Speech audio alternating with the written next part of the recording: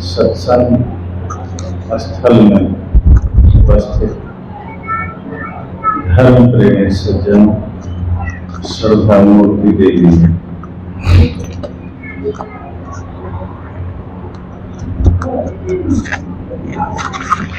सद्गुरु कबीर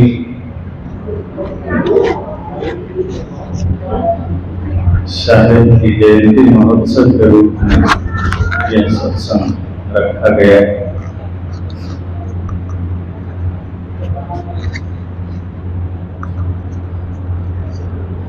सद्गुरु कबीर साहब को संतों ने शिरोमणि कहा, संतों ने सम्राट कहा। क्या कारण है कि सद्गुरु कबीर संतों में शिरोमणि, संतों में सम्राट? और बहुत ऐसे लोग हैं जो सद्गुरु कबीर को अलग अलग रूप में भी देखते हैं। कुछ लोग सद्गुरु कबीर को भक्त भी मानते हैं, वे कहते हैं कबीर भक्त है। और कुछ लोग सद्गुरु कबीर को विद्वान मानते हैं। कुछ लोग सद्गुरु कबीर को कवि कहते हैं कि वो कवि। कुछ लोग सद्गुरु कबीर को परमात्मा भी मानते हैं कि वे परमात्मा है। सतपुरुष भी मानते हैं। कुछ लोग उन्हें संत भी मानते हैं। कुछ लोग उन्हें योगी मानते हैं।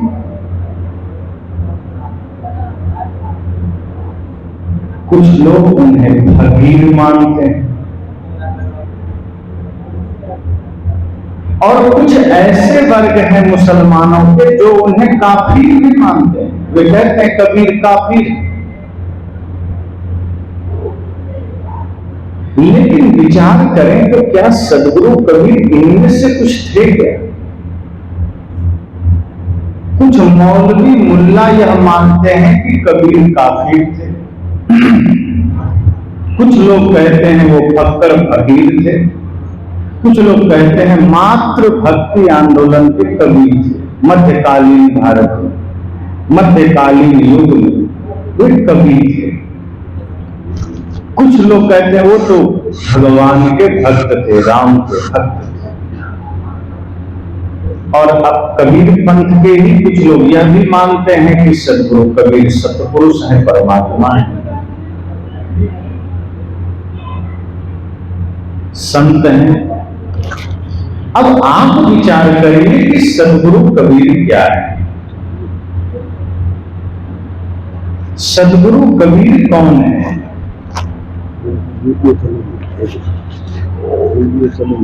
वस्तुतः सद्गुरु कबीर एक सिद्ध साधक भी है, महान संत भी है, समाज सुधारक भी है, परम सद्गुरु भी है, संतों में सम्राट भी। और बाकी जितनी बातें हैं वो जिनकी जैसी बुद्धि है, जिनकी जैसी चिंतन शक्ति है वैसा सोचते हैं। कुछ लोग कविता पाठ करते हैं, वो अपने कविता वाली बुद्धि से उन्हें कवि कह देते हैं। कुछ लोग भक्ति करते हैं, वे सद्गुरु कबीर को भक्त कह देते हैं, लेकिन उनके भीतर छिपे हुए विराट संतत्व को देख नहीं पाते। उनके भीतर छिपा हुआ विराट ज्ञान को देख नहीं पाते। और जो नहीं देख पाते वो छोटे छोटे स्तर से उन्हें बोलते हैं। पर सब बात में समानता यह है कि किसी न किसी रूप में सद्गुरु कबीर को मानते सब हैं। अब रही बात कि क्या कुछ मान लेने से ही काम बन जाएगा? मान लीजिए कोई भक्त मान लिए, कोई संत मान लिए, कोई सत्पुरुष मान लिए, तो क्या अपना काम बन जाएगा? हमारे कुछ मानने से हमारा काम नहीं बनेगा। हमारा काम बनेगा सद्गुरु कबीर के ज्ञान को जानने से। हमारा काम बनेगा सद्गुरु कबीर की बात मानने से। अगर हम सिर्फ उन्हें मान रहे हैं तो मानना तो बहुत छोटी सी बात हो गई, बहुत थोड़ी सी बात हो गई। आवाज थोड़ा पतला करिए। Hello hello hello.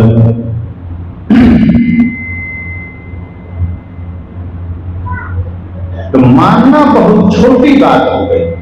वस्तुतः सदगुरु कबीर के ज्ञान को जानना है।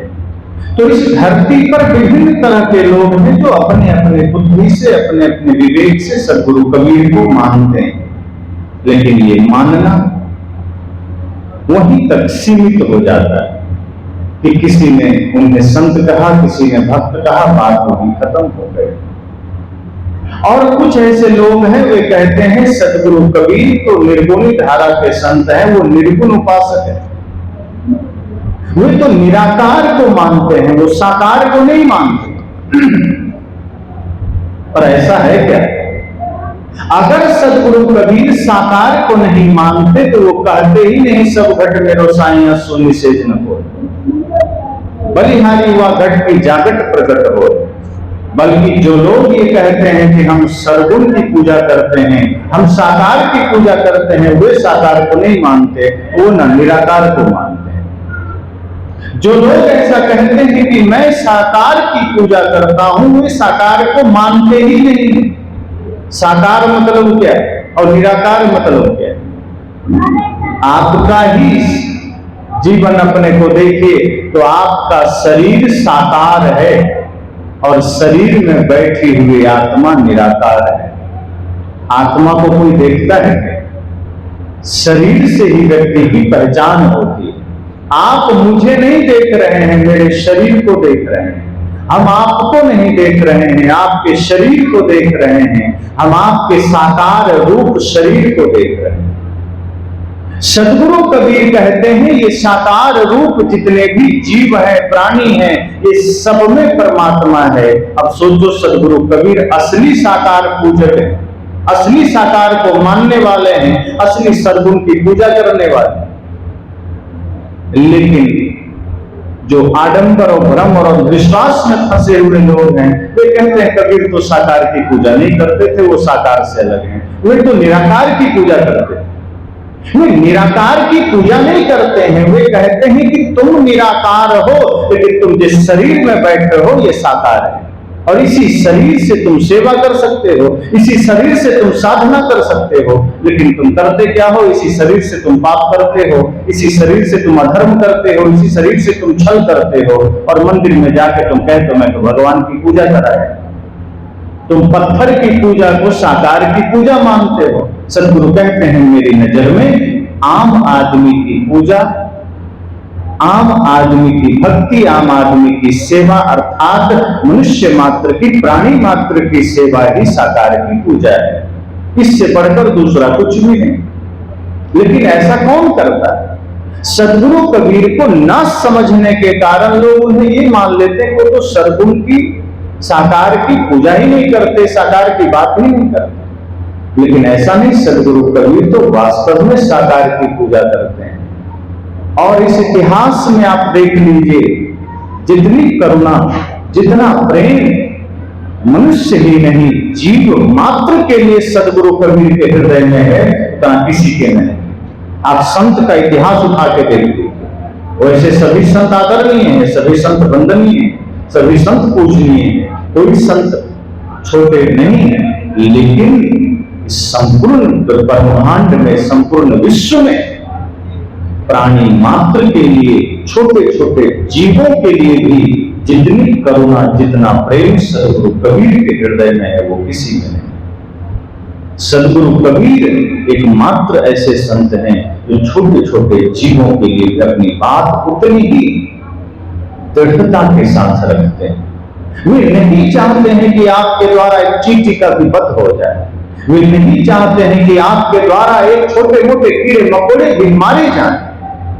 वे कहते हैं जीव मत मारो बापुरा, सबका एक प्राण, हत्या कमों में छूटी है जो कुटिल सुनो पुराण। वे कहते हैं कि मेरे भाई, इस धरती पर जितनी कीमत तुम्हारी है उतनी ही कीमत चींटी की है, उसका प्राण मत लेना। ऐसा और कोई खुलकर नहीं कहता, बाकी संत तो आपको ऑप्शन दे देते हैं कि देखो गाय मत मारना, भले ही सुअर मार लेना, गाय माता है, गाय का वध मत करना। मौलवी कहेगा सुअर मत मारना, गाय चाहे जितनी मारो। और कोई कहेगा गाय तो मत मारना, लेकिन बकरी मारकर खा भी सकते हो, मुर्गी खा सकते हो, अंडा खा सकते हो।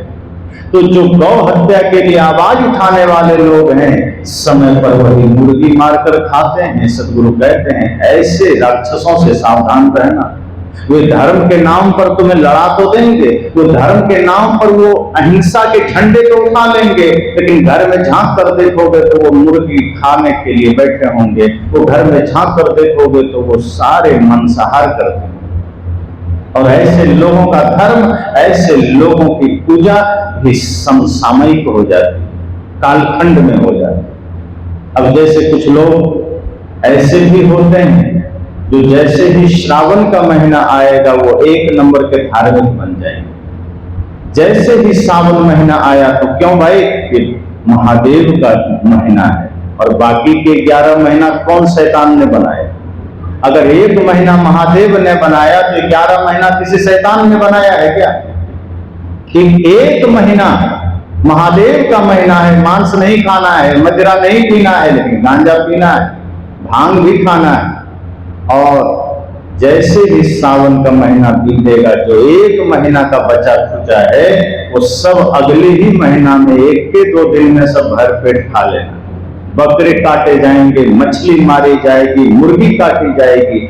ऐसे भक्त भी जो नवरात्रि में 9 दिन बड़े ही भाव से शुद्ध जीवन जीते हैं, शाकाहार का जीवन जीते हैं, प्योर जीवन जीते हैं, और जैसे ही 10वां दिन आएगा राक्षस बनकर के इतने बकरे काटेंगे कि बकरा भी घबरा के भागने लगेगा कि हम धरती पर जाएं तो जाएं कहां, जहां देखो राक्षस बैठा है।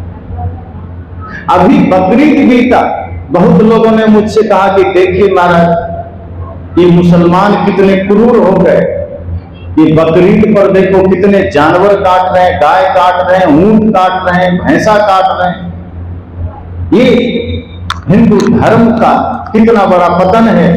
मैंने कहा वो अपराध तो कर ही रहे हैं, वो तो जन्मजात अपराध कर रहे हैं, वो तो हैं ही क्रूर, लेकिन तुम भी कम नहीं हो। दुर्गा पूजा में तुम भी लाखों करोड़ों बकरे बकरियां काट करके स्वाहा कर देते। और नेपाल जिसे हम हिंदू राष्ट्र कहते हैं, वहां तो गाय भी काटी जाती है, वहां पर मुसलमान नहीं हिंदू गाय काटता है, भैंसे काटे जाते हैं, हिंदू काटता है। इसलिए सदगुरु कबीर एकमात्र संत हैं जो छोटे छोटे जीवों के प्रति भी बहुत ही करुणा से अपनी बात करते हैं, और बात ही नहीं करते हैं, लड़ लेते हैं। आज तो आदमी कहीं संकट में हो तो आप लड़ते नहीं किसी के लिए। थोड़ा मोड़ा अगर बात बन गई कि भैया मत लड़ो, साइड से निकल गए, लेकिन कोई आप पर ही हाथापाई करने लगे तो आप भाग लेंगे। पर सदगुरु कबीर ऐसे नहीं थे। अगर वो किसी छोटे से बकरी को भी देखते थे इसकी बलि दी जानी है, वहां अपना गर्दन आगे कर देते थे कि मेरा काट लो, तो बकरी ने तुम्हारा क्या बिगाड़ा? ये तो बेचारी पत्ती खाती थी, बकरी पाती खात है, ताको किया हलाल, सोच तेरा क्या हाल हो। बकरी तो पत्ती खाती थी, तुमने उसे काट डाला, ये क्या करती थी? कुछ पाप तो नहीं किया, और तुम तो इसका खाल निकाल रहे हो, तुम तो बकरी को मार रहे हो, तुम्हारी क्या दुर्गति होनी है सोच लो। तो बकरी को छोड़ दो, मेरा गला काट लो। कौन होगा ऐसा? इतनी करुणा किसके हृदय में होगी? तभी तो संत शिरोमणि है सदगुरु कबीर। और वो समय कौन सा था? आज संविधान है, नियम है, कोर्ट है, कचहरी। अगर कुछ गलती भी हो जाए तो डायरेक्ट आपको सजा नहीं मिलेगी, पकड़े जाएंगे, कोर्ट में लाए जाएंगे, आपको मौका मिलेगा अपना वकील करने, आप वकील करेंगे, बढ़िया से बहस होगी, और अगर किसी कारण से आप निर्दोष साबित हुए तो छूट भी जाएंगे, और अगर कुछ दोषी पाए गए तो कुछ दिनों की सजा होगी। लेकिन वो समय सदगुरु कबीर का याद करो, कोई कोर्ट नहीं, कोई कचहरी नहीं, कोई वकील नहीं, और पूरे देश में इस्लाम का शासन और जासी ब्राह्मणों की नगरी। और पंगा भी दोनों से ही लिया, ब्राह्मणों से और मुल्लाओं से। सोचो कितना बड़ा जिगर रहा होगा सदगुरु कबीर का, साधारण नहीं रहे होंगे। आज खुलकर किसी के बारे में बोल दो तो केस ठोक देते हैं लोग, और किसी अल्लाह खुदा के बारे में बोल दो तब तो सर तन से जुदा के नारे लग जाते हैं। पर सदगुरु कबीर उस वक्त मौलवी को फटकार रहे हैं, ब्राह्मण को फटकार रहे हैं, मुल्ला को फटकार रहे हैं, पादरी को फटकार रहे हैं। और फटकार ही नहीं रहे साधारण भाषा में, ये समझो कि उखाड़ पुखाड़ रहे हैं, तोड़ रहे हैं धर कर, कि जो होगा देखा जाएगा। पर जिन मत मारो बाबू, तुम इस तरह हिंसा नहीं कर सकते, तुम इस तरह से पाप नहीं कर सकते। उन्होंने हिंसा को अपराध कहा, पाप कहा। ये नहीं कहा कि तुम हिंसा करोगे तो नरक में जाओगे। उन्होंने कहा तुम हिंसा कर रहे हो तो तुम नरक में ही हो, जाओगे क्या? अभी ही नरक में जाओगे तो बाद की बात है, अभी ही नरक में। तभी तो वे कहते हैं कि धर्म का चोला पहनकर अगर कोई आदमी हिंसा कर रहा है, धर्म का चोला पहनकर अगर कोई आदमी आपको हिंसा के लिए प्रेरित कर रहा है, तो वो धार्मिक नहीं हो सकता है, वो कसाई होगा। इसलिए सदगुरु कबीर कहते हैं धर्म कथे जहां जीव बधे तहां, अकर्म करे मेरे भाई, जो तोहरा को पंडित कहिए तो काको कहिए कसाई। वे कहते हैं कि मंदिर में मां दुर्गा के सामने तुम धर्म की कोठी बांच रहे हो और बगल में दर्जनों भेड़ बकरियां बांध रखे हो। सदगुरु कबीर एक बार जा रहे थे, नजर पड़ गई एक मंदिर के पास, देखा ब्राह्मण लोग मंत्रोच्चार कर रहे हैं, मंत्रों का पाठ कर रहे हैं। उन्हें लगा बड़े धार्मिक लोग हैं, बड़े ज्ञानी लोग, थोड़ा हम भी बैठ जाए। चले गए, लेकिन तभी देखते हैं कि दाएं साइड एक साइड में दर्जनों भेड़ बकरियां बांधी गई थी। सदगुरु कबीर ने कहा ये पंडित लोग तो मंत्र पढ़ रहे हैं, ये भेड़ बकरी कौन सा मंत्र पढ़ रहे हैं? ये यहाँ किस लिए लाए गए? क्या औचित्य है? क्या ये भी पूजा कर रहे हैं? उन्हें लगा हो सकता है ये जानवर भी सत्संग सुन रहे हों। कोई बात नहीं, कुछ देर सत्संग चलता रहा, पूजा चलती रही, मंत्रोच्चार चलता रहा। जैसे ही मंत्र पूरा हुआ, पूजा पूरी हुई, उन्होंने देखा कि उन्हीं मंत्र पढ़ने वालों में से एक आदमी उठा कृपान लेकर, तलवार लेकर, और पहले माता रानी के पैरों में सटाया, और पैर में सटाने के बाद अपने सिर पर सटाया, फिर अपने हृदय में सटाया, और हृदय में सटाने के बाद वो दर्जनों भेड़ बकरियों के गर्दन पर ऐसे टूट पड़ा जैसे स्वयं काल हो, और सबके गर्दन काट के अलग कर दिया। तब सदगुरु कबीर सिर पकड़ लिए कि ये मैं मंदिर के नाम पर किसी गुजर खाने में आ गया, ये मैं पंडित के नाम पर किस कसाई के पास आ गया।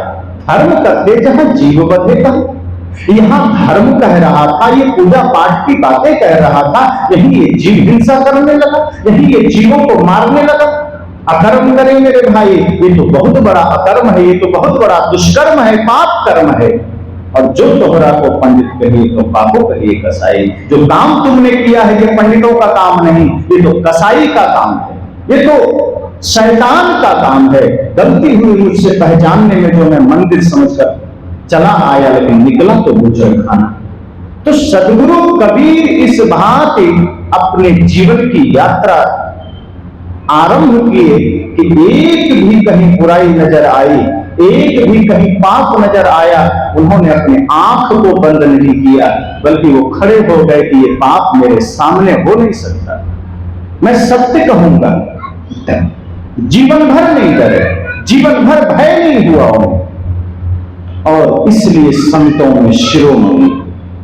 और एक बात ध्यान दीजिए, जातिवाद पर, संप्रदायवाद पर तो छोटे बड़े स्तर से सभी संतों ने कहा है, लेकिन जीव हिंसा पर जितनी बातें सदगुरु कबीर ने कही किसी और ने नहीं कही। सदगुरु कबीर ने भी जाति पर, मजहब पर, संप्रदाय पर अपनी बहुत सारी बातें कही, प्रेम पर बातें कही। और वे तो पाले पोसे ही मुसलमान के घर गए, उन्हें तो सब कुछ पता था, सारा रहस्य पता था, मौलवियों के सारे चाल पता थे, और काशी में थे तो ब्राह्मणों के भी सब पता हो गए। इसलिए अपनी बातें स्पष्टता से कहते चले गए। और एक बात आप ध्यान देना, वो बातें सिर्फ हिंदू मुस्लिम की नहीं करते, वो बातें सिर्फ मत मजहब की नहीं करते, वो बातें सिर्फ संप्रदाय की नहीं करते, वे बातें सिर्फ प्रेम की नहीं करते, वे दर्शन की भी बात करते हैं, योग की भी बात करते हैं, वे अद्वैत द्वैत वेदांत की भी बात करते हैं। जो लोग कहते हैं कबीर अनपढ़ थे, उन्हें समझना चाहिए, उन्हें बीजेट पढ़ना चाहिए, पता चल जाएगा कबीर अनपढ़। बहुत लोग कहते हैं कबीर तो पढ़े लिखे नहीं, तो क्यों भाई? वो खुद कहते हैं मसीह कागज छुओ ने, यही दोहा लोग लाकर रख देते। आप लोग भी जानते हो, आपने भी ये दोहा पढ़ा होगा कि मसीह कागज छुओ नहीं, कलम कहो नहीं हाथ, चारों युग का महात्म कबीर मुख ही जनाई बात। ये लाइन भूल जाए और इसीलिए मामला बिगड़ता है। कई लोग कहते हैं कबीर पढ़े लिखे नहीं थे, वो तो ऐसे में अल्लाह भाषा में अपनी बात कह दिए। तो कैसे? तो कहते हैं उन्होंने खुद कहा मसीह कागज छुओ नहीं, कलम कहो नहीं हाथ। तो मैं कहता हूं कि दूसरी लाइन भी पढ़ लेते तो उत्तर मिल जाता। कहा क्या? चारों युग का महात्म कबीर मुख ही जनाई बात का मतलब मैंने कहा, मतलब इतना ही है कि सदगुरु कबीर किस उपलक्ष्य में ये बात कह रहे हैं, आप उसे जानिए। वे ये नहीं कह रहे कि मैं पढ़ना लिखना नहीं जानता, कि मैंने कलम कागज नहीं छुआ। वे कहते हैं कि 4 युग तुम मानते हो, सतयुग, त्रेता, द्वापर, कलयुग। तो सुन लो पंडित मौलवियों मेरी बात, ये जो तुम 4 युग की बात करते हो, ये जो तुम 4 युग की कथा सुनाते हो, ये सारी बातें, ये सारी सृष्टि की बातें मैं तो मुख से यूं ही कह देता हूं, इसके लिए मुझे कलम कापी छूने की जरूरत नहीं पड़ती। इस परिप्रेक्ष्य में साहब ने बात कही, इसलिए नहीं कहा कि मैं पढ़ना ही नहीं जानता। वे कहते हैं कि ये जो चारों युगों की बातें हैं वो मैं सहज में कह देता हूं, उसके लिए मैं ना कलम छूता हूं ना किताब छूता हूं। अब इसमें कहां से आ गया कि मैं पढ़ा ही नहीं था? कई लोग कहते हैं ना कि चलो भाई बाजार जाओ, 2-4 सामान ले लेना, कहीं भूल ना जाओ तो पुर्जा बना लो, कागज में लिख लो। पर कोई तेज आदमी कहता है उसकी जरूरत नहीं, कलम कागज रहने दो, मेरे माइंड में लिखा गया, मैं ले आऊंगा। तो इसका मतलब क्या? वो आदमी अनपढ़ हो गया क्या? वो आदमी निरक्षर हो गया? सदगुरु कबीर ने यही बात तो कही कि मसीह कागज छुओ नहीं, कलम कहो नहीं हाथ। तो सदगुरु कबीर के ग्रंथ में, उनके शास्त्र में, उनकी वाणी में आपको एक एक चीजों में गहराई नजर आएगी। जिस विषय पर आप जाएंगे लगेगा सदगुरु कबीर इसी के सबसे बड़े जानकार हैं। जैसे लगेगा सदगुरु कबीर से ज्यादा बढ़िया ये बात कोई कह ही नहीं सकता। चाहे प्रेम की बात आ जाए, चाहे दया की बात आ जाए, चाहे अहिंसा की बात आ जाए, चाहे धर्म की बात आ जाए, चाहे किसी भी विषय में चले जाओ, चाहे देश राजनीति की बात आ जाए, चाहे मत मजहब पंथ संप्रदाय की बात आ जाए, जितनी गहराई से सदगुरु कबीर ने अपनी बात कही उतनी किसी ने नहीं कही। आप सब जानते हैं भगवान श्री कृष्ण को प्रेम का प्रतीक माना जाता है, और सदगुरु कबीर ने जिस गहराई से प्रेम पर अपनी बात कह दी, बाकी लोग पीछे मालूम पड़ते हैं। उनकी एक एक बातें, जब लोगों ने कहा प्रेम क्या है, प्रेम क्या है, साहब ने कहा ढाई आकर प्रेम का, पढ़े सो पंडित हो। इतनी सी बात जो जान लिया।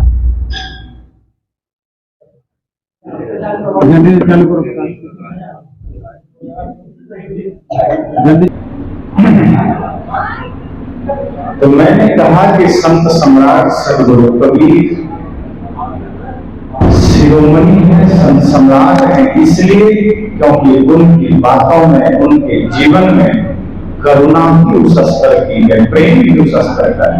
प्रेम पर बातें तो बहुतों ने कही, लेकिन जिस स्तर से सदगुरु कबीर ने कही वो बातें सुनकर आप महसूस करेंगे कि जैसे उनसे बेहतर कोई और। वे कहते हैं जगमुआ पंडित भयाना कोई, ढाई आकर प्रेम का पढ़े सो पंडित हो। वे कितना सरल कर देते हैं। वे कहते हैं कि कोई जरूरी नहीं कि आप पंडित घर में जन्म लें तब पंडित होंगे। वे कहते हैं आप अगर प्रेम को जान लेते हैं, अगर आपके जीवन में करुणा आ जाती है, आप पंडित हो जाते हैं। पंडित होना मतलब मन निर्मल हो जाना। जिसका मन निर्मल हो गया वही तो प्रेमी हो सकता है। जिसके मन में कटुता है, जिसके मन में विकार है, वो प्रेम कर ही नहीं सकता, वो करुणा कर ही नहीं सकता, वो अहिंसा नहीं कर सकता। तो जब प्रेम पर बात आए तो सदगुरु कबीर कहते हैं, यह तो घर है प्रेम का, खाला का घर नाम, शीश उतारे भूल घरे तब घर बैठो मान। या फिर वे कहते हैं, प्रेम गली अति सांकरी, जामे दो न समाये, जब मैं था तब हरि नहीं, अब हरि है मैं नाही, प्रेम गली अति सांकरी, जामे दो न समाये। तो जब प्रेम पर आप देखें तो सदगुरु कबीर की बातें सबसे आगे। अहिंसा पर देखें तो मालूम पड़ेगा जैसे उनका हृदय इतना विराट, इतना विशाल है, इस सब उनसे पीछे। इतनी करुणा किसी के हृदय में कैसे हो सकती है कि चींटी को भी देखकर किसी का हृदय द्रवित हो। अगर आप अपने जीवन को देखिए तो रोज आप लाखों जीवों को मार देते हैं। प्रत्यक्ष में सैकड़ों जीव मर जाते होंगे, चलते में कितनी चींटियां मर जाती हो, कितने मच्छर मर जाते हो, अन्य कितने जीव मर जाते हो। अब उन जीवों के लिए हम कभी सोचते हैं कि मनुष्य मर जाए तब भी आदमी नहीं सोचता। 250 लोग अभी कल यात्री विमान के हादसे में गुजर गए। कितने लोग भारत में अपना चूल्हा बंद किए होंगे या कितने लोग संवेदना व्यक्त किए होंगे। बहुतों को तो ये खबर भी पता नहीं है, और पता भी होगी तो सोच लेते हैं ऐसा तो होते रहता है। कौन जिम्मेदार है? उस बात की कोई बात यहाँ नहीं है। बात है कि अचानक काल के गाल में कब कौन चला जाए, किस रूप में चला जाए, वो देखकर हमारे हृदय में पीड़ा नहीं होती। कोई अपना गुजर जाए तब तो होती है, लेकिन हजारों लोग रोज मर जाएं, कहीं कोई गुजर जाए, हमारे हृदय में कोई कंपन नहीं होता। और सदगुरु कबीर कहते हैं कि एक छोटे से जीव के भी अगर कुछ भी तुम नुकसान करते हो तो मेरे हृदय में पीड़ा होती है, कष्ट होता है। इसलिए वे कहते हैं जीव मत मारो बाबा, कि भगवान के नाम पर, माता के नाम पर जो तुम बलि देते हो ये भी मत करना। ये कोई माता कोई भगवान बलि नहीं देते, ये बलि ना ले करना, हिंसा ना करना, किसी जीव को सताना नहीं, धर्म के नाम पर कुछ भी मत करना। हमारा खुदा गाय पसंद करता है, ये कहता होकर तुम भेड़ बकरे और गाय काटते हो, ये भी मत करना। कोई खुदा का प्रमाण नहीं आता, कोई खुदा वहां से मैसेज नहीं भेजता है, संदेश नहीं भेजता है कि मुझे भूख लगी है गाय भेज दो। सदगुरु कहते हैं अगर खुदा इतना ताकतवर होगा तो वो तुम्हें मैसेज नहीं भेजेगा, वो हजारों लाखों गाय खुद उठा के खा सकता है।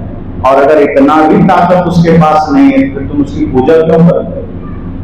अगर तुम्हारा खुदा इतना ही निकम्मा हो गया कि वो अपनी भूख मिटाने के लिए भी तुम्हें मैसेज भेजता है कि हमारे पास गाय भेज देना, फिर तुम ऐसे खुदा को मानते क्यों हो? ऐसे भगवान, ऐसे माता को मानते क्यों? जो तोहरा के साचा देवा तो खेत चरत क्यों न लिया जी। सदगुरु कहते हैं इसलिए हिंसा बंद करो, इसलिए ये जीवों पर अत्याचार बंद करो। और इस लड़ाई को वो उस काल में लड़ रहे हैं जब मुसलमान का शासन है पंडितों की नगरी काशी में, और उस वक्त सीना ठोक करके वो धर्म के नाम पर किया जाने वाला अधर्म का विद्रोह कर रहे हैं, उस अधर्म के खिलाफ खड़े हो रहे हैं, उसका विरोध कर रहे हैं, उसे समाप्त करने का प्रयास कर रहे हैं। भय नहीं है। और क्या लगता है कि लोगों ने उन्हें सताया ना होगा, कि लोगों ने उन्हें परेशान ना किया होगा? जो भी सत्य कहने वाला है उसे परेशान किया जाता है। सत्य कहने वालों को परेशान करना ये तो आज ही है। सदगुरु कबीर को भी लोगों ने परेशान किया होगा, लेकिन सदगुरु कबीर ने क्या कहा कि मैं पक्षपात की तो बात ही नहीं करता, मैं तो निष्पक्ष बात करता हूं। ऐसा नहीं कि मैं मुसलमान की बात कर रहा हूं तो हिंदू की नहीं करता, और हिंदू की कर रहा हूं तो मुसलमान की नहीं करता। वे कहते हैं कि मैं तो दोनों की बात करता हूं, क्योंकि दोनों ही डूबे हैं। हिंदू की दया मेहर तुर्कन की, दोनों घट से त्यागी, ई हलाल वे झटका मारे, आंख दोनों घर लागी। वे ये नहीं कहते कि मैं सिर्फ मुसलमान का विरोध कर रहा हूं, वो ये नहीं कहते कि मैं सिर्फ हिंदू का विरोध कर रहा हूं। वे कहते हैं कि हिंदू की दया, अर्थात दया शब्द भारतीय साहित्यों में आता है। सदगुरु कहते हैं कि हिंदू ने दया छोड़ दिया, और मेहर अर्थात मेहरबानी वो भी दया ही है। मुसलमानों ने मेहर छोड़ दी, दोनों के हृदय से दया ने विदाई ले। हिंदू भी दयावान नहीं रहा, मुसलमान भी दयावान नहीं रहा, रहम दिल वाला नहीं रहा। दोनों के हृदय से धर्म ने अपना डेरा डंडा उठाकर चल दिया। अब क्या है? हिंदू की दया मेहर तुर्कन की, दोनों घट से त्यागी, और जब दया ही न रहा तब क्या? ये हलाल वे झटका मारे। मुसलमान हलाल करता है और हिंदू झटका मारता है। झटके से गर्दन काटना, भारी मोटा तलवार रखता ताकि बच ना जाए, एक ही बार में गर्दन कटनी चाहिए। और मुसलमान छोटा सा भी रख ले तो कोई बात नहीं, क्योंकि उसको तो हलाल करना है। वो तो थोड़ा सा भी गर्दन में सटा दिया, खून बाहर निकल गया, तड़प तड़प के जीव खुद ही मर जाता है। ऊंट जब ये लोग काटते हैं या गाय काटते हैं तो कितनी क्रूरता से काटते हैं। नुकीला छोटा सा चाकू रखते हैं, लंबा सा कृपान टाइप से, और वो गर्दन में जोर से चला देते हैं, एक साथ पूरा नहीं काटते। और गर्दन जब कट जाती है तो सारा खून धीरे धीरे बाहर हो जाता है। गाय या ऊंट तड़प तड़प कर वही प्राण छोड़ देता है। साहब कहते हैं तुम कितने पापी हो कि तुमने दया छोड़ करके जीव हिंसा पर तुम उतर आए। तुमने अपने हृदय में अहिंसा का त्याग कर दिया। तुम गाय को मार रहे हो, कोई ऊंट को मार रहा है, कोई बकरी को मार रहा है, कोई सूअर को मार रहा है। तो वो दोनों की बात करते हैं कि हिंदू की दया में हर तुर्कन की, और जब जब बात आती है वो सबकी बात करते हैं, वो एक पक्ष की नहीं करते। तो मैंने बात शुरू की थी कि सदगुरु कबीर शिरोमणि क्यों, सदगुरु कबीर संतों में सम्राट क्यों है? इसी वजह से है क्योंकि वो करुणा, सत्य, अहिंसा, प्रेम हृदय में धारण करते हैं। वो इस चींटी के लिए भी उतनी ही करुणा रखते हैं जितना इंसानों के लिए रखते हैं। उनके हृदय में समस्त सृष्टि के लिए करुणा है, समस्त संसार के लिए प्रेम है, इसलिए वो संतों में शिरोमणि है, वो साधारण नहीं। इसलिए बिना डरे, बिना घबराए उन्होंने अपनी बात कही, और आज भी उनकी बातें समाज के लिए, राष्ट्र के लिए, दुनिया के लिए प्रेरणा स्रोत है। जो लोग सदगुरु कबीर की वाणी को पढ़ेगा, सुनेगा, जानेगा, वो हर समय सजग रहेगा, ऊर्जावान रहेगा, शांत रहेगा, शीतल रहेगा। तो इस तरह की बातें भी आती है कि कबीर तो जुलाहे थे, कबीर तो पढ़े लिखे नहीं थे, कबीर तो सिर्फ पिछड़ों की बात की, लेकिन उन्हें पता नहीं कि सदगुरु कबीर अपने को सिर्फ एक इंसान मानते थे कि मैं इंसान हूं, ना हिंदू ना मुसलमान, मैं इंसान हूं। और एक बात और, वो नहीं कहते थे कि मेरे पास आना तो मैं तुम्हें हिंदू मुसलमान बनाऊंगा। वे कहते थे मैं तो इंसान बनाऊंगा, मैं तो मानव बनाऊंगा, मैं तो तुम्हारे भीतर से प्रेम देखना चाहता हूं, मैं तो तुम्हारे भीतर से सत्य देखना चाहता हूं। प्रेम के अभाव में आज आदमी धनी तो बन गया, लेकिन प्रेम के अभाव में वो धन उसके जीवन के लिए काल बन रहा है। आदमी भौतिक मार्ग में विकास तो कर लिया, भौतिकता में धन संपदा तो बटोर लिया, लेकिन प्रेम के अभाव में, सत्य के अभाव में वो इतना विकृत हो गया, इतना विभत्स हो गया कि वो धीरे धीरे इंसान से ही दूर होता चला गया, वो धीरे धीरे प्राणियों से दूर होता चला गया। एकांगी जीवन जीते हुए अपने स्वार्थपरता में इतने गहरे डूब गया कि वो समस्त धर्म से, समस्त सद्गुणों से दूर हो गया। और जब इंसान सद्गुणों से दूर हो जाता है तो उसके कुकृत्य उन्हें भी दंड देने लगते हैं। और बाद में नहीं, ध्यान रखना, कल नरक में जाएंगे, सदगुरु कबीर ये कहते ही नहीं। वे कहते ही नहीं है कि तुम मरने के बाद नरक में जाओगे, वे कहते हैं तुम गलत करोगे, इसी क्षण तुम नरक में हो, बस एहसास तुम्हें नहीं हो रहा। तुम नरक में हो, तुम्हें पता नहीं चल रहा है, तुम भयंकर दुख में हो, तुम्हें पता नहीं चल रहा है। और इसका कारण इतना ही है कि तुम भयंकर बेहोशी में हो। अब कोई आदमी बेहोश हो जाए तो पैर में चोट भी लगी हो तो पता नहीं चलता है, लेकिन जिस घड़ी आदमी होश में आता है, एक छोटा सा खरोच भी पीड़ा देने लगता है। सद्गुरु कहते हैं कि तुम इतना बेहोश हो गए हो इन मायावी पदार्थों के साथ कि तुमने अपने भीतर की पीड़ा का एहसास नहीं, तुम्हें अपने भीतर के दर्द का आभास नहीं है, लेकिन हो तो तुम कचड़े में, हो तो तुम पीड़ा में। तो सद्गुरु कबीर को कुछ लोगों ने इस तरह से भी कहा, और कुछ लोगों ने, मैंने पहले ही कहा, उन्हें निराकार कहा कि सद्गुरु कबीर तो निर्गुणी धारा के संत हैं, वो निराकार को मानते हैं। लेकिन सद्गुरु कबीर जितना साकार को मानते हैं उतना कोई नहीं मानता। साकार को मानने का अर्थ यह नहीं है कि चित्र को मानने लग जाना, साकार को मानने का अर्थ यह नहीं है कि मंदिर में मूर्ति को मानने लग जाना। साकार का अर्थ है कि जिसके भीतर चेतना है, जिसके भीतर प्राण है, उसको मानना। शरीर साकार है, आत्मा निराकार है, दोनों का जब समन्वय होगा तो बात बनेगी। अब जो मूर्ति पूजा करने वाले लोग हैं वो आदमी के साथ बैठ करने लगा, और आदमी ही नहीं, अपने भाई के साथ, माता पिता के साथ, पड़ोसी के साथ, मित्र के साथ बैठ कर लिया। तो मंदिर में गया, पुजारी बन गया कि मैं तो भगवान की पूजा करता हूं। पर सद्गुरु कबीर कहते हैं कि जिस व्यक्ति के भीतर, जिस जीव के भीतर स्वयं परमात्मा बैठा है, तुम उसका तिरस्कार कर रहे हो, तुम उसे झुठला रहे हो, तुम उसे पीड़ा दे रहे हो, और मंदिर में जाकर तुम कहते हो मैंने साकार की पूजा कर लिया, मैं तो साकार हूं।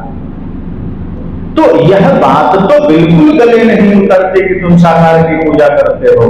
सद्गुरु कहते हैं साकार की पूजा का मतलब है कि हर घट में परमात्मा को देखना, हर इंसान में, हर प्राणी में भगवान को देखना, और जो ऐसा करता है वो ये साकार की पूजा करता है। तो इस अर्थ में सद्गुरु कबीर तो साकार की भी पूजा कर रहे हैं।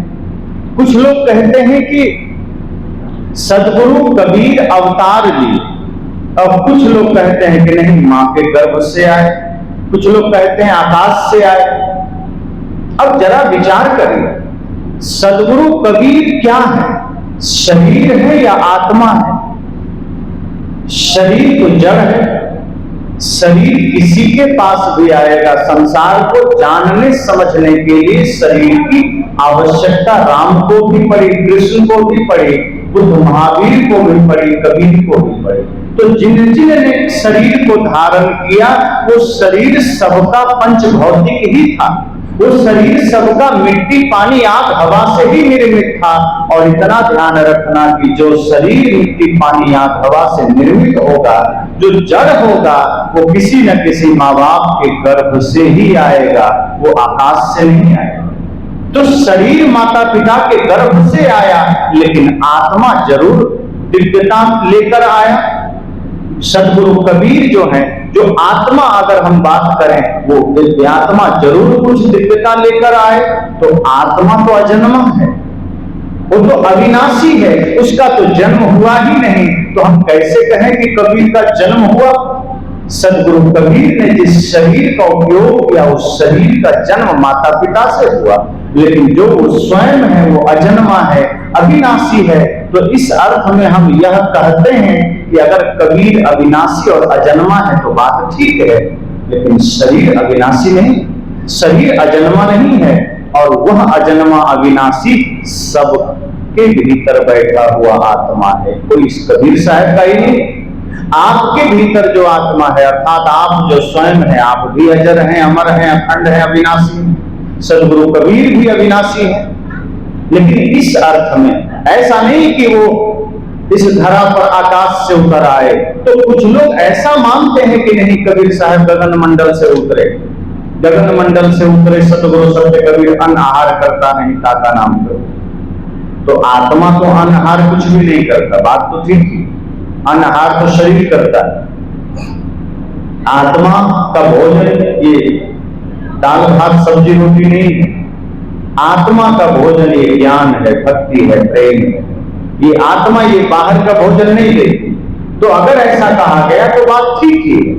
गगन मंडल से उतरे उस सत्य के आकाश से सदगुरु कबीर का दिव्य आत्मा आया, इस धरती पर आए, और आत्मा कौन सा अन्न खाता है, कौन सा आहार लेता है। तो बात ठीक है अगर हम इस रूप में देखते हैं, लेकिन यह मानना कि नहीं शरीर गगन मंडल से आए, तो ये अतिशयोक्ति है, ये अति श्रद्धा है। और यह बातें भी सदगुरु कबीर ने पाखंड ही कहा, स्वयं उन्होंने कहा कि पाखंड है। तो सदगुरु कबीर के एक विचारों को हमें समझना होगा कि दुनिया ने उन्हें क्या समझा, विद्वानों ने उन्हें क्या समझा, अन्य मतपंथ के लोगों ने उन्हें क्या समझा, ब्राह्मणों ने क्या समझा, और आज हम लोग क्या समझ रहे हैं।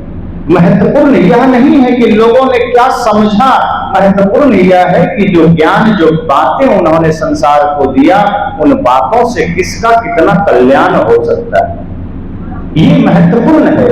जिस प्रेम की बात, जिस सत्य की बात, जिस समता की बात उन्होंने की, अगर वो समाज में लागू हो जाए तो समाज आज दुखों से मुक्त हो सकता है, समस्याओं से मुक्त हो सकता है।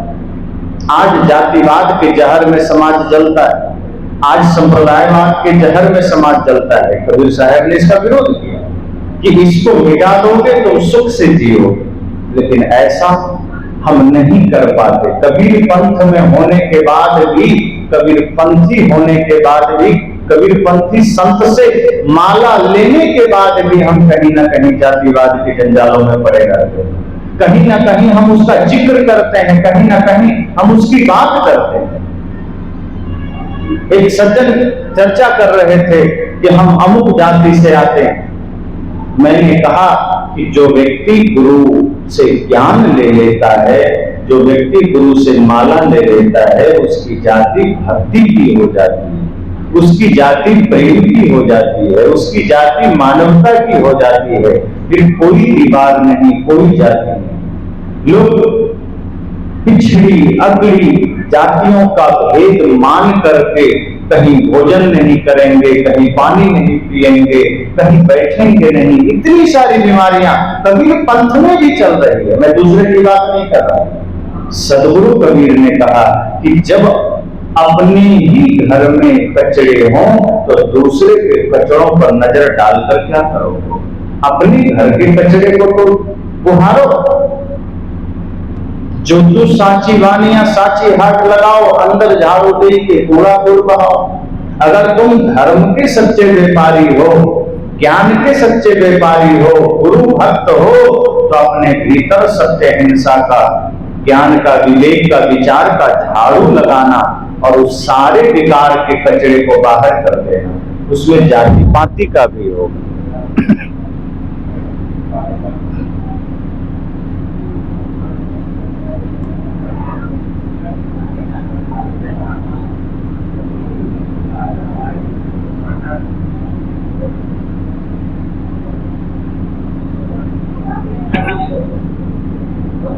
देखो देखो जाके कि अपने हृदय में जो कचरे तुमने पाल रखे उसे मिटाना, ये जाति पाति की दीवारों को मिटाना। कबीर पंथी वो नहीं है जो माला गले में पहनकर घूम रहा है। बहुत लोग कबीर पंथी नाम सुनकर ही घबरा जाते हैं। कबीर पंथी पर क्या कबीर पंथी का इतना ही अर्थ है, इतना ही उसका विस्तार व्याख्या है। कबीर पंथी का पहले अर्थ जान लीजिए। कबीर नाम तो परम ज्ञान का है, कबीर नाम तो परम शुद्ध चैतन्य का है, और जो उस रास्ते पर चलने वाला हो, जो सत्य के मार्ग पर चलने वाला हो, प्रेम के मार्ग पर चलने वाला हो, ज्ञान के मार्ग पर चलने वाला हो, वो कबीरपंथी है। कबीरपंथी माला पहनने वाला नहीं है, कबीरपंथी सफेद टीका लगाने वाला नहीं है, कबीरपंथी सिर्फ भोज भंडारा खाने वाला नहीं है।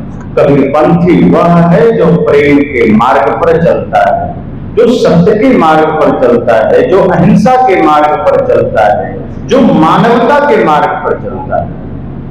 और जो मानवता के मार्ग पर चलेगा वो जाति पाति का भेद नहीं करेगा। जो मानवता के मार्ग पर चलेगा वो संप्रदाय का भेद नहीं करेगा, वो सबघट मेरो साइया का भाव लेकर चलेगा। अगर कोई व्यक्ति आज के हिसाब से पिछड़ा कुल का है और यदि उसका जीवन शुद्ध है, पवित्र है, नशा नहीं करता है, दुर्व्यसन नहीं करता है, मांस नहीं खाता है, पूर्ण स्वच्छता का पालन करता है, भक्ति में जीता है, प्रेम में जीता है, पवित्रता का ध्यान रखता है, तो समझना कि वो ब्राह्मण से भी श्रेष्ठ है। फिर उसके घर बैठकर आराम से भोजन पाओ, सत्संग करो, आनंद हो और सौभाग्य मनाओ कि आपको उसके घर बैठकर खाने का अवसर मिला। ये भी मत समझ लेना कि मैं पिछड़े के घर बैठ के खाया, तुमने एहसान नहीं किया।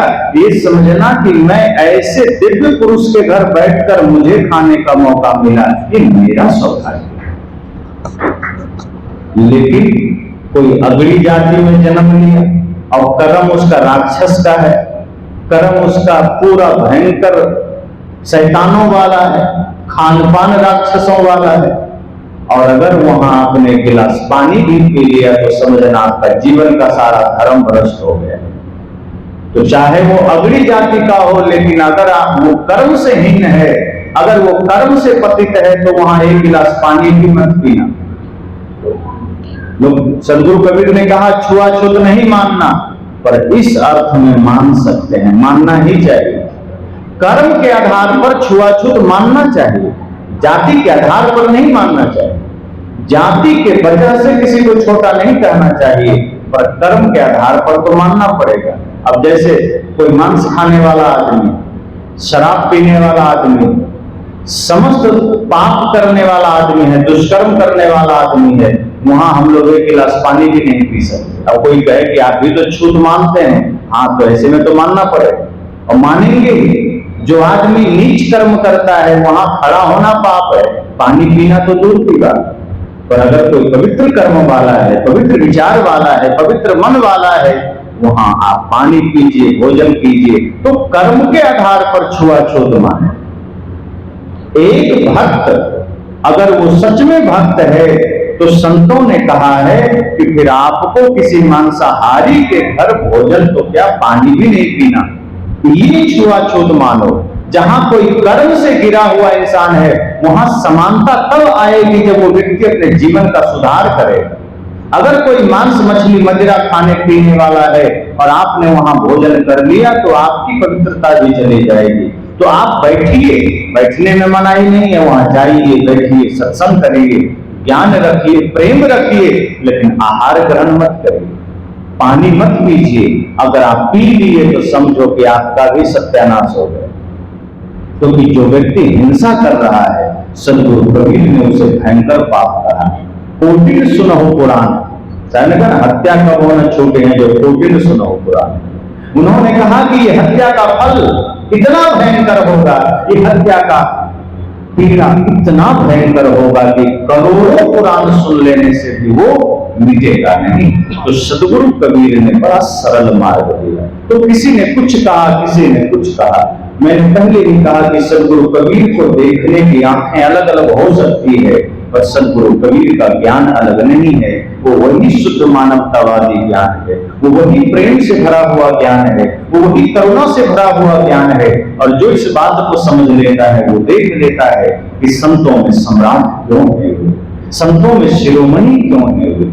सहज नहीं था जीवन। सदगुरु कबीर का जीवन आसान नहीं था, कितनी कठिनाइयां उनको झेलनी पड़ी, पर अपनी बातें उन्होंने कही। मैं तो कभी कभी सोचता हूं कि वो काल जो मुगलों का शासन था और अयोध्या में उस समय राम मंदिर जरूर टूटा हुआ ही रहा होगा, लेकिन मंदिर टूटा हुआ होगा इस बात का कहीं भी उल्लेख गोस्वामी तुलसीदास जी ने नहीं किया। उनके आप पुस्तक पढ़ लें, उसमें उन्होंने इस्लाम के खिलाफ एक भी शब्द नहीं कहा है। मंदिर तो छोड़ो, जो कि कट्टर हिंदूवादी हैं, राम भक्त हैं, लेकिन उनके ग्रंथ में इस्लाम के एक भी कुकृत्यों पर, रूढ़िवाद पर चर्चा नहीं है। पर सदगुरु कबीर डरे नहीं, उन्होंने जितनी गहराई से इस्लाम पर चोट किया, अर्थात उसके पाखंड पर चोट किया कि आज हिम्मत नहीं काम करेगा किसी। कंकर पत्थर जोड़ के मस्जिद ले चुनाए, ताचड़ मुल्ला बांध दे क्या बहरा हुआ खुदा। आज कोई खुलकर कह सकता है कि अल्लाह खुदा बहरा हो गए? हिम्मत है। और इतना ही नहीं रुकते हैं, वे कहते हैं ना जाने तेरा साहिब बहरा है, ना जाने तेरा साहिब कैसा है, मस्जिद भीतर मुल्ला पुकारे क्या साहिब तेरा बहरा है। वे कहते हैं कि मस्जिद के भीतर मुल्ला पुकार रहा है अल्लाह अकबर, क्या तेरा साहिब बहरा हो गया जो सुनता नहीं, जोर जोर से पुकारना पड़ता है। सोचो उस वक्त कबीर साहब कह रहे। और यहां ही नहीं रुके, वे कहते हैं तुरुक सुनती कराए तुरुक जो होना, औरत को क्या करिए, अर्ध शरीरी नारी बखानी ताते हिंदू रही। इतना बड़ा प्रहार है। सदगुरु कबीर ने जब देखा कि ये हिंदू तो फिर भी थोड़ा कोमल होता है, ये हिंदू समाज तो फिर भी थोड़ा लचीला होता है, ये मेरी बातें सुन भी रहा है, बदल भी रहा है, लेकिन ये मुसलमान तो भयंकर रूढ़िवाद है, जड़ है, कट्टर है, ये सुनने वाला नहीं। तब उन्होंने क्या कहा, कितनों मनावो पांव पड़ी, कितनों मनावो रोए, हिंदू पूजे देवता लेकिन तो रुक न काबू के हो। ये कबीर साहब कर दिए। कहा तुम उसमें पत्थर में सिर ठोकने से अच्छा है कि तुम अपनी बातें कहना छोड़ दो, क्योंकि ये मुसलमान किसी का होने वाला नहीं। इतना खुलकर कोई कह सकता है? तो हिंदू के लिए तो कहा ही, हिंदू समाज की बुराइयों पर तो कहा ही, लेकिन उतनी ही गहरी चोट इस्लाम के शासन होते हुए साहब ने कुरान पर दिया, अल्लाह खुदा को दिया, सबको, बीवी पैगंबर को दिया। उन्होंने अपनी बातें इतनी खुलकर कही। एक बात और ध्यान रखना, आप हजार रामकृष्ण की बुराइयां कर लो, पर आज तक कभी आप पर कोई आया कहने कि तुमको अरेस्ट कर लेंगे, कि तुम्हारा गला काट देंगे, लेकिन आप खुदा पर बढ़िया से आज बोल दीजिए तो आपके पास फरमान आ जाएगा, ये बातें बंद करो वरना गर्दन उड़ा दें। सदगुरु कबीर भी इस बात को जानते थे कि हिंदू थोड़ा लचीला होता है, कोमल होता है, कुछ भी कहो सुनता है, समझता है सत्य को, और यही आता भी है। आज आप पूरे भारत में दुनिया का बायोडाटा निकाल लो, कितने कबीरपंथी आपको मिलेंगे जो मुसलमान होंगे, जबकि कबीर साहब तो उसे घर पाले गए, कितने मिलेंगे? अगर 1 करोड़ में से आप गिनेंगे तो 10-20 मिलेंगे, मुश्किल से 10-20, और वो भी खुलकर अपनी बातें नहीं कह पाते हैं। एक तो मुस्लिम है जो हमसे भी जुड़े हैं, जो कहते हैं गुरुजी आपकी बात मैं सुनता हूं, और लोगों को जब सुनाता हूं तो हम पर फरमान जारी हो गया कि तुम अपन काफिर हो गए हो, तुम अपने समाज का विद्रोही हो गए हो, हमको अब मारने पर लोग तुले हुए हैं, भागते हैं, यहाँ वहां छिपे रहते हैं। तो 1-2 भी अगर हिम्मत कर लेता है तो उस पर फतवा जारी हो जाता है। तो सदगुरु कबीर वह व्यक्तित्व हैं जो बिना डरे अपनी बात कहे। मैं यहां सिर्फ सदगुरु कबीर के उस निर्भयता को रख रहा हूं कि इस्लाम का शासन होते हुए सदगुरु कबीर ने कैसे अपनी बात निर्भयता से कही। काशी पंडितों की नगरी होते हुए सदगुरु कबीर ने कैसे हिंदू समाज की बुराइयों को कहे, डरे नहीं। और सदगुरु कबीर ने इसलिए तो कहा, निर्भय भय कहां गुरु की नगरिया, सुख सोयदास कबीरा हो। कहा जब निर्भयता आ जाती है तो निश्चिंतता आ जाती है, आनंद आ जाता है। फिर तो मैं हमेशा निश्चिंतता में रहता हूं, आनंद में रहता हूं, मुझे भय नहीं है। और भय किस चीज का? जो शरीर मेरा नहीं है उसे छूटने का भय, जो शरीर मेरा है ही नहीं उसे मिटने का भय क्यों? सदगुरु कबीर कहते हैं मुझे पता है कि ये शरीर मुझे मिला है, एक दिन छूट जाएगा और मैं इसका भय करूं। जो मेरा नहीं है उसे छूटने का भय क्यों करो? लेकिन इस धरती पर सबसे बड़ा भय शरीर छूटने का ही होता है, इससे बड़ा कोई भय नहीं है। आप हम सब जितने भी इस धरती पर लोग हैं, सबसे ज्यादा हम डरते शरीर के छूटने से ही। और दुनिया की सबसे बड़ी सच्चाई यही है कि छूटेगा, फिर भी हम डरते हैं कि छूटे। जो सबसे बड़ा सत्य है कि छूटना है, छूट रहा है, किसी का रहा नहीं है। जो जो जन्म लिए वसुधा पर एक दिन सब ही मरे, ये सत्य है कि आया है सो जाएगा राजा रंग फकीर। फिर भी हमें सबसे बड़ा भय इसी से होता है कि कहीं हम मर ना जाएं। लेकिन सदगुरु कबीर कहते हैं कि मैंने इसी भय पर विजय पा लिया।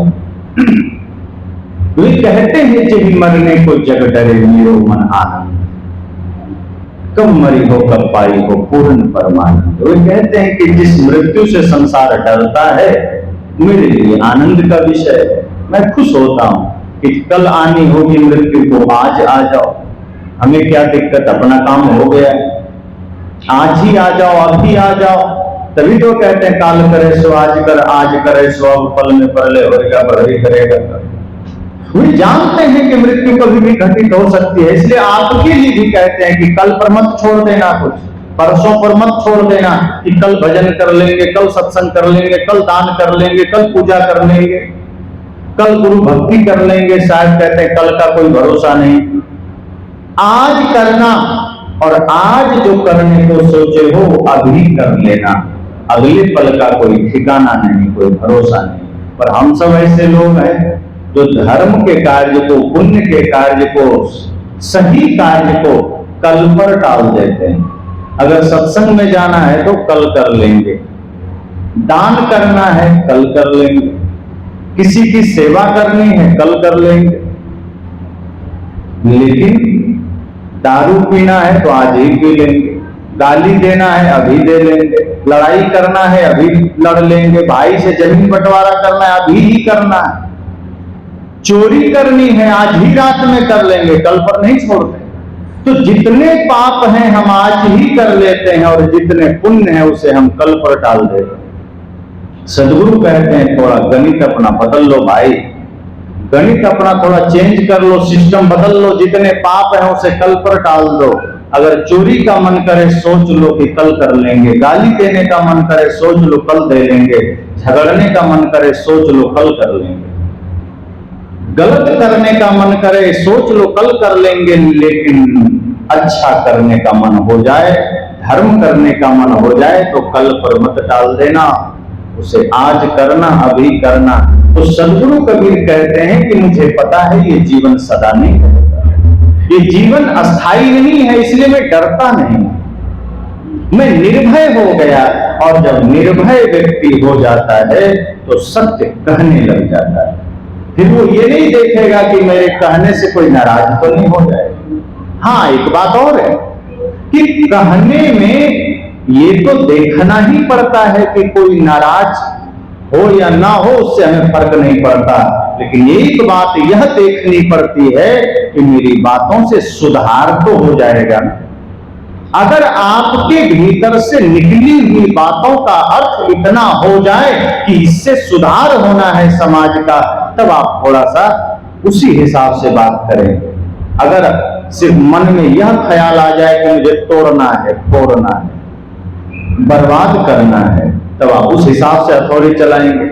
जैसे कभी कभार कहीं कोई सामान फंस गया, कुछ ऐसा दीवार में, नल में, पंखे में, कहीं भी आप जोड़ लो, गाड़ी में कुछ चीजें फंस गई, तो मिस्त्री को अगर उस चीज को बचा करके निकालना है तब वो हथौड़ी चलाता तो है, लेकिन ऐसे चलाता है कि उसके वजह से वो सामान टूट ना जाए और दूसरा भी न टूट जाए। तो बड़े ही तरकीब से निकालता है, हथौड़ी चलाता है, ऐसा नहीं हथौड़ी नहीं चलाता है, लेकिन वह ध्यान रखता है कि इस हथौड़ी से दूसरा सामान टूट ना जाए या फिर यही सामान पुनः टूट ना जाए, तो फिर रिपेयर करना है। अब पंखा ही खोलना है, कुछ उसका मोटर निकालना है, तो जब जानेगा कि मोटर सही है, सिर्फ रिपेयर करने से सही हो जाएगा, तब हथौड़ी चलाएगा सावधानी से।